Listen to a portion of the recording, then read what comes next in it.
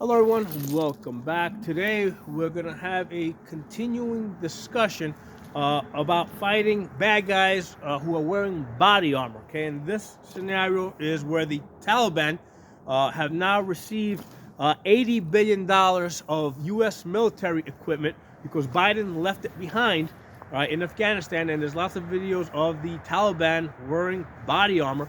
At the same time, Biden has left our southern border open, so anybody can come across the southern border. The Chinese have been coming across the southern border, Russians, Middle Easterns. So we don't know who's coming across the southern border and what they're bringing with them. So this combination of the two things, Biden giving the Taliban $80 billion worth of American military equipment, southern border completely open, it makes sense to be practicing for that type of a scenario where your home is being invaded by Taliban wearing body armor. Okay. So in the prior video, I talked about fighting them with your typical AR-15, right? Your standard home defense gun. And the technique that we talked about was zippering them up, right? We start at the hip, which we know is not armored, and we walk the shots all the way up to the head, coming through the body armor. The idea here is we start the hip because the hip, first of all, if they're wearing body armor, the body armor usually goes from here to here. It basically covers the heart and the lungs. It doesn't even, in most cases, doesn't even cover the belly area, because when you sit down in the car, you got to be able to sit down, right? Because presumably they're not walking to your house, they're driving there, so they got to be able to sit down. So the body armor basically goes from here to here. It's basically like it's only about 12 to 14 inches long. So it makes sense to start at the hip, which we know is unarmored, right? Because otherwise people wouldn't be able to walk around, and basically come up through the belly onto the plate. Now, when we get to the plate, what we're doing is we're putting percussive hits on the plate to basically beat them up. Now, as we come up through the center, we might hit their hands, we might hit the gun, but no, but even if you're just hitting the plate, nobody's going to ignore that, all right? That's going to get them to react somehow. And what's typically going to happen is, they're going to stop shooting at you and think about, taking cover. So if they turn to the side, it might open up an armpit over here. So basically, you walk your shots all the way up until you get to the head, where you take that headshot. Now, if they come in and they drop to a knee, right? So now your head is replacing the hip. So that first shot is going to go to the head instead of the hip, which is fine. Okay. So that was with an AR-15, where we have like a 30-round magazine, and we have the luxury of putting a lot of shots on target and then still having enough for the next person. All right, that's coming in behind him. So in this video, we're going to be talking about using shotguns. Okay, and we're going to talk about using a Lynks 12, which is an AK-47 shotgun. We're also going to talk about using a pump, all right, and then we're also going to talk about using, either a double barrel shotgun or a single barrel, a break open. So we're going to talk about this. We're going to consider some of the differences. Okay.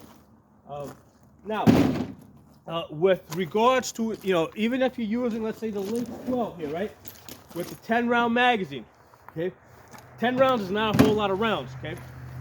So we don't have the luxury of putting 10 rounds on the first guy, zippering him up, and then leaving ourselves, with an empty gun to deal with the second, third, and fourth guy, okay? So now, let me say this. In the prior video, when I was talking about the zipper exercise, right, the zipper tactic, let's call it that, where you're coming up across the center, I've learned that from military people, okay? So that is a military tactic that's studied, that's employed. I don't know the frequency of how often it's used, but it's an actual military tactic that I've learned from military guys, okay? And it's not going to be your standard infantry guy that I think that does that. That's more like a special forces level type of thing. So here's the thing. The point is, when I was talking about the zipper tactic, right, where you're coming up the center, I'm using a military taught exercise. Okay, as far as now doing this with a shotgun, right, or trying to defeat body armor with a shotgun, I'm kind of extrapolating, okay? I'm basically making this up. I'm trying to consider the cost, the benefits, what my options are. So you may not agree with this, and that's fine. I can't stand here and say, hey, those military guys do it, so it must be good. I could do that with an AR-15. I can't do that with the shotgun. So I just want to give you guys that as kind of like a full disclosure. Usually, in almost all my videos, I don't make up things. Everything I say, I have learned from somebody else, okay? I don't make up stuff. This is something that I'm kind of making up, right? So I'm putting that out there for you guys. So with regards to the shotgun, let's start here with the Lynks 12, right? You got 10-round magazine, plus you can have one in chamber. You got 11 rounds. We don't have the luxury of zippering somebody up the center and basically running out of ammo. So what are the options, right? Ideally, I want to put one shot per person. First of all, what are we using? We're using buckshot or slugs, okay? It's going to be one or the other. We get one hit. Ideally, we want to put one hit per person and then assess and see where do we need to put more rounds on. But we need to be a little bit more conservative with our ammunition just because it's a limited one. So one option would be we go straight to the head. Other option we go straight to the hip, or third option might be, let's say, how about the plate? Okay, so let's consider these three options. Let's talk about the headshot, right? Headshot, because people might say, hey, why not put the first shot in the head, get them done? Well, I discussed this in the prior video. The head is a small target. It moves, okay? Hard to hit. Now, a lot of times people will say, hey, but the shotgun spreads out. You don't need to even aim it. The bore of this gun is about 72% of an inch, okay? When the shot, right, whether it be buckshot, even using obviously if you're using slug, you're only getting one thing coming out. But if you're using buckshot, right, when the buck comes out of this barrel, it is exactly the diameter of this barrel, okay? It's about 3/4 of an inch wide, okay? At 30 yards, where those rims are down there, it opens up to about 14, 15 inches, right? At 30 yards, okay? At the 7 yards that I've got over there, it's basically opened up maybe to the size of my fist, probably a little bit smaller. So this is all you get. So if you're taking a headshot with buckshot at relatively close range, right? Like inside your house, basically, you can punch here, here, even between the legs, and you can miss, okay? So you have to aim the gun. You can't say, hey, we're using a shotgun, we're not going to aim the gun. It's not going to open up that much, okay? The benefit that we get, though, is we've got the shot's going to probably be about the size of my fist. It's going to punch hard, okay? So if you take that shot, if you decide that you're going to use up that ammunition, because now ammunition is very scarce, you only got 10, 11 rounds in your magazine. If you decide to put it on the plate, yeah, it's going to punch them hard, knock them back, okay? But now you got to go to the number two man, right? Because the situation here is they're coming into your house. All these Taliban guys, whether it be Taliban or Chinese or Russian terrorists, whoever's coming in body armor, right? They've all been trained in room entry tactics, okay? This is nothing new, right? Room entry tactics are world known at this point. So when they come into the room, the first person is going to go either left or right? And here's the thing: if they come into the room and they can see that, let's say that direction over there as they're coming in is clear, then they're going to immediately turn to that direction. They're going to always turn into the unknown sector. Or if they come into the room, let's say from this direction, and they see that direction is clear, then they're going to turn this way or turn that way. So they're always going to turn into the unknown sector. The second guy coming in is going to go in the opposite direction. So if one guy goes left, the other guy goes right, next guy goes left, the other guy goes right, okay? So it's very predictable where number two man's going to be. So if the first guy comes into a room and he ends up over there where that red target is, okay, the next person coming in after him is going to go over there, okay? Or if the first guy goes there, the second guy is going to go there, all right? So it's very predictable where your number one man, well, depending on where your number one man goes, you can tell where your number two man's going to go, and then you can probably get an idea of where your number 3 and number 4 man goes. It's usually a 4-man team. In some scenarios, you could have 6. It's not likely that you would have more than 6 because then they start kind of getting in each other's way. Now, there might be 6 or 8 people behind them, but they're not all going to, obviously, you're not going to get 8 people through the door at one time, okay?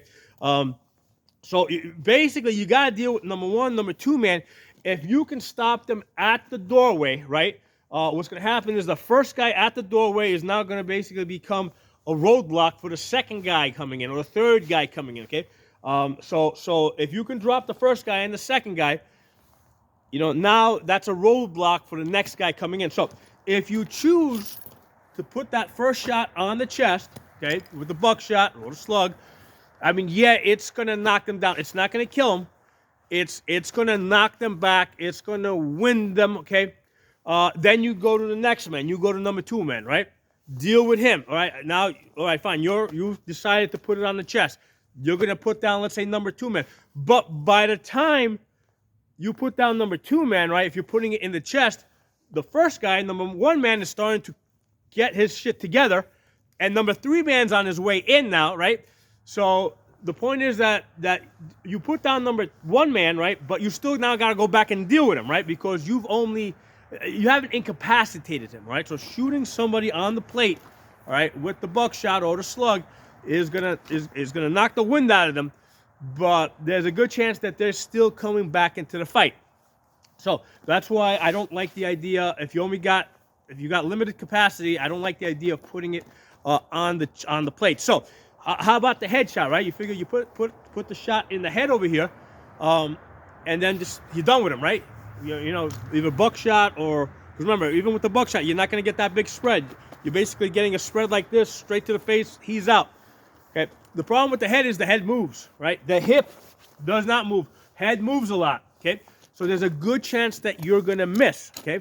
So now you've wasted your shot. Now, the other thing to consider is the position that you're shooting from. You're probably going to be behind cover, right? Probably kneeling, right? You might be behind your bed or behind a doorway, whatever. But you're going to be in a kneeling position, right? Like this. So if you're aiming at the head, you're aiming upwards, right? I'm exaggerating this, right? But if you're aiming at the head, your gun is pointed at an up angle. So what happens is you're aiming at the first guy's head, okay? If the shot misses, right, because it's coming at an up angle, it's going to continue to rise past him and go into the ceiling, okay? If you aim for the hip, same exact situation, right? You aim at the hip, right? Now you're aiming level, okay? If you should happen to miss, but number 2 man is coming in right behind him, maybe you hit number 2 man, all right? Or maybe they just, maybe these guys aren't that good at room entry, so they kind of get bunched up at the door. If you're aiming at the hip, which is wider, and also you're shooting parallel, if you're in a kneeling position, right, you're shooting parallel shots. If you miss the first guy, you might hit the second guy or the third guy, because now you're aiming parallel at the hip level. It's wider, so there's a better chance you might get that hip shot. And if you shoot somebody in the hip with a buckshot or with a slug, you know, once you break that hip bone, man, they're going down, right? They're not going to be able to stand with a broken hip. Okay, so the hip shot is incapacitating, especially with a fist going into that part of their body. So that's why with the shotgun, I favor get the hips, get them immobile, right? And then see what you got to deal with. So in this situation,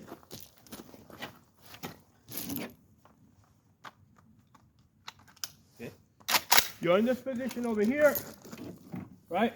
Number 1 man comes in, number 2 man comes back, right? So you got your 4 shots, right? And I still got what, six rounds in the magazine. So if at that point I can assess the situation. If I see somebody is still holding on to their gun, still trying to point a gun in my direction, now I take the headshots. Okay.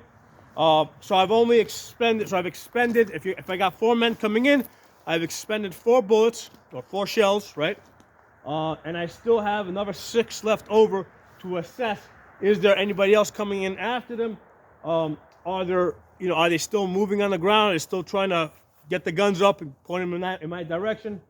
I mean, in that situation, if you got Taliban coming into your house and you're outnumbered, you're not in a position where you can take prisoners, all right?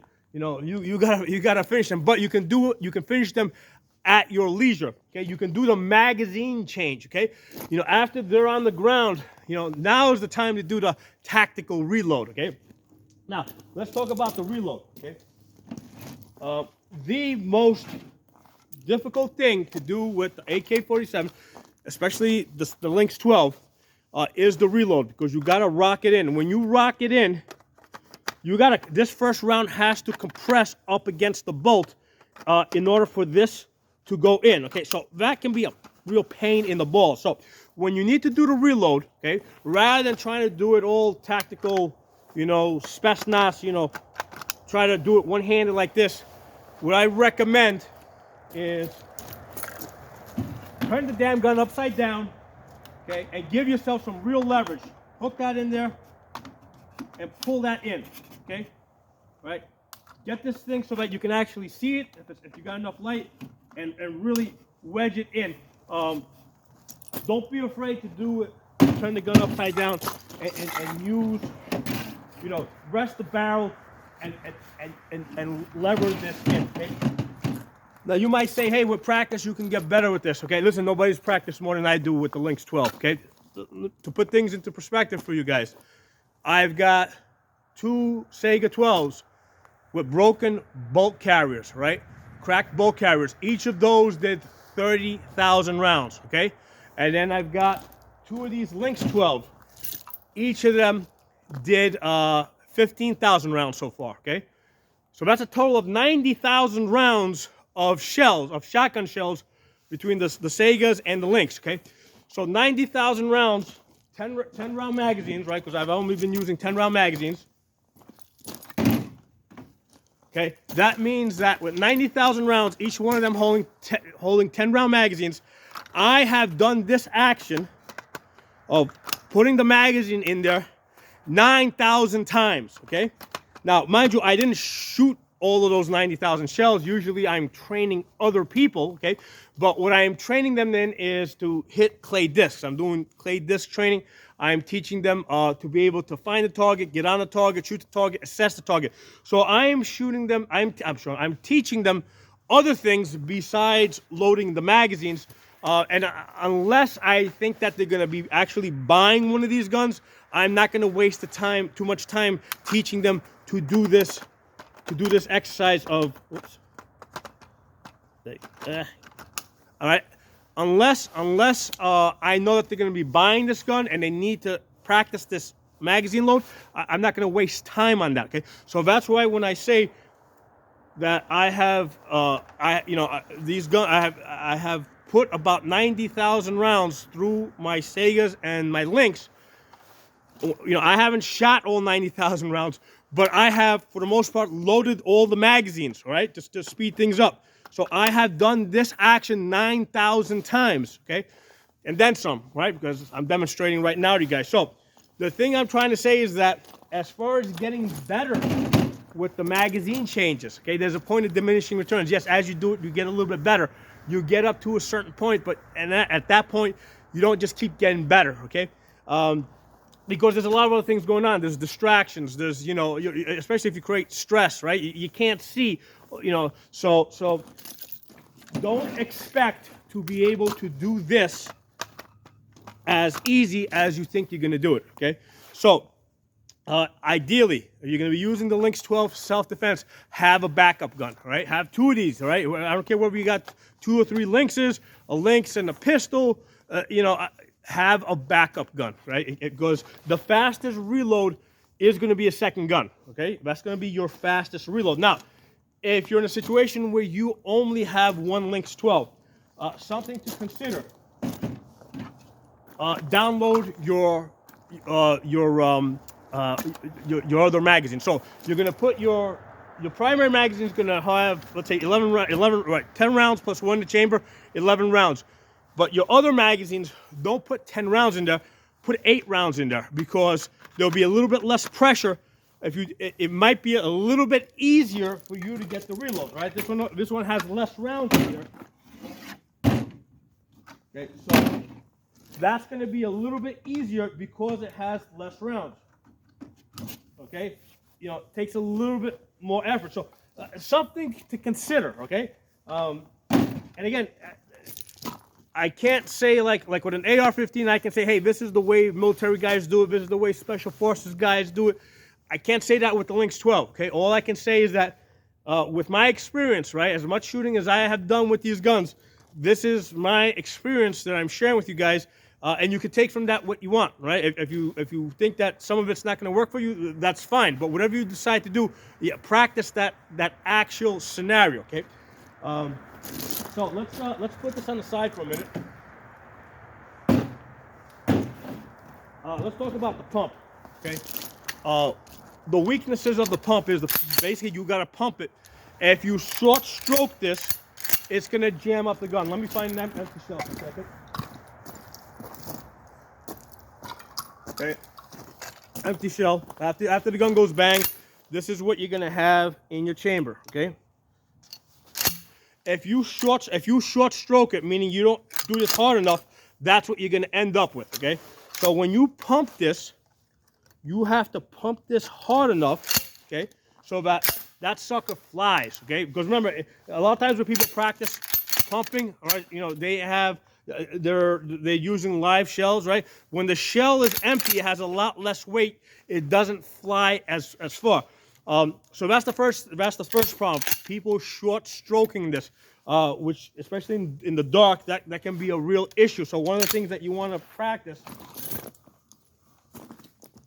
without looking at it, right? Well, let's get that in there. Actually, I'm going to have to look at it in order to force this jam to happen. There you go. So practice, because I can feel this. I know I got a jam there. Practice, being able to feel this in the dark to know what kind of a jam you have. Now, the second problem with the pump is people dropping shells, okay? Well, that's the second problem. People dropping shells, it's just getting the shells in there is a pain in the ass. So as far as the reload, I'm going to try and completely avoid that. Basically, we're going to feed it. If we use up the 6 shells that are in this, right? We got 5 in the tube, 1 in the chamber. When you run out, okay, what we're going to do.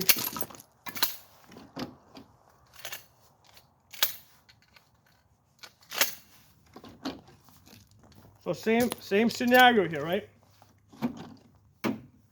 I've got 1 in the chamber, 1 in the tube, right? I'm going to fire. I got number 1 man coming in, number 2 man, right? And then number 3 man comes in behind him, right?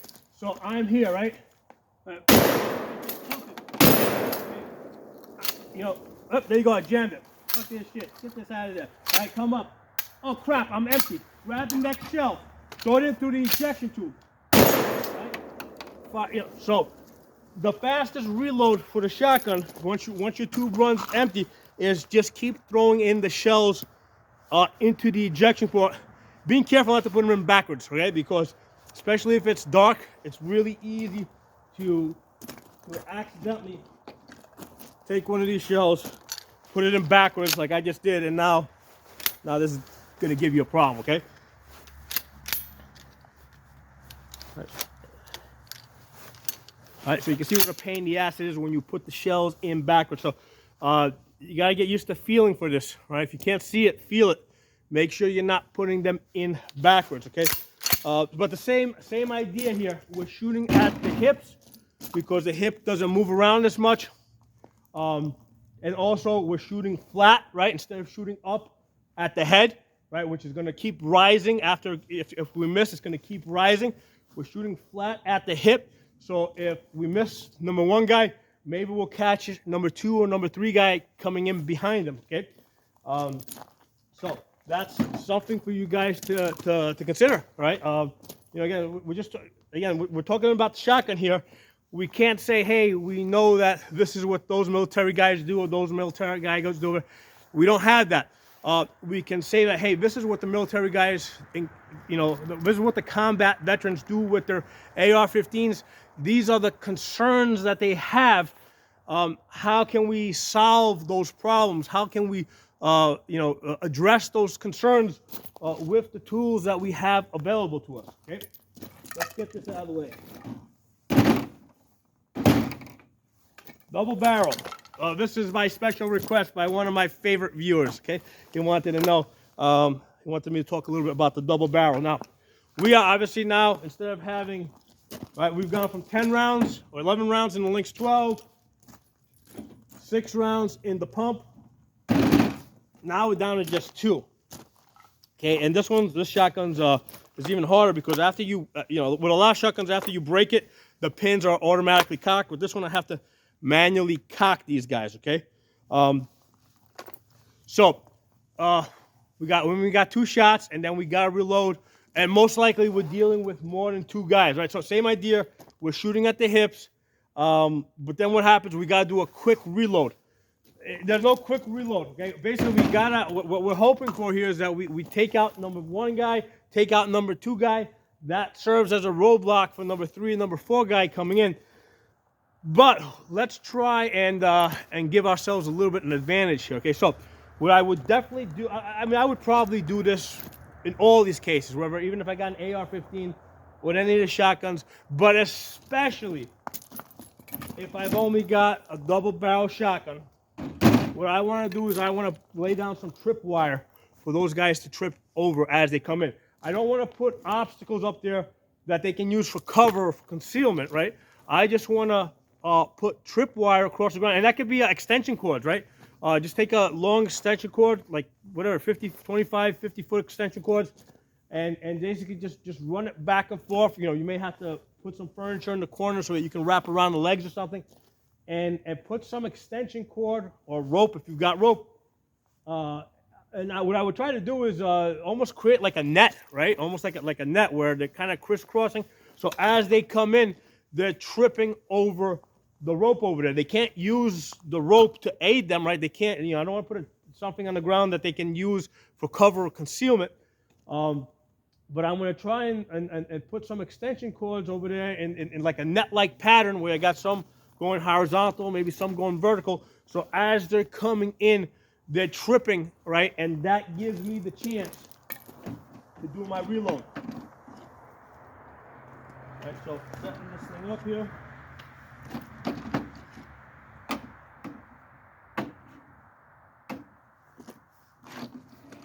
All right, so I'm back in my position here. I've got them over here, right? They come in, right? They come in. Right, number 3 man and number 4 man are coming by with these. These I gotta pull out manually too. So this is even more of a pain in the ass. But they're on the ground, tripping over. They're tripping over there, right? And plus, I'm in the dark. I closed the lights back here, so now I'm gonna get number 3.